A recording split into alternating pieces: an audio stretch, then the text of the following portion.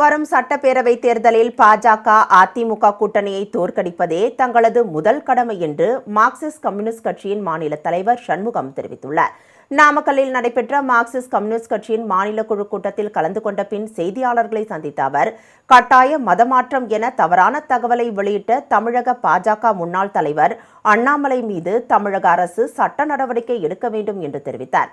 உதவித்தொகை கேட்டு போராடிய மாற்றுத்திறனாளிகளை கைது செய்த காவல்துறை அதிகாரிகள் மீது உரிய நடவடிக்கை எடுக்க வேண்டும் என்றும் அவர் வலியுறுத்தினார்.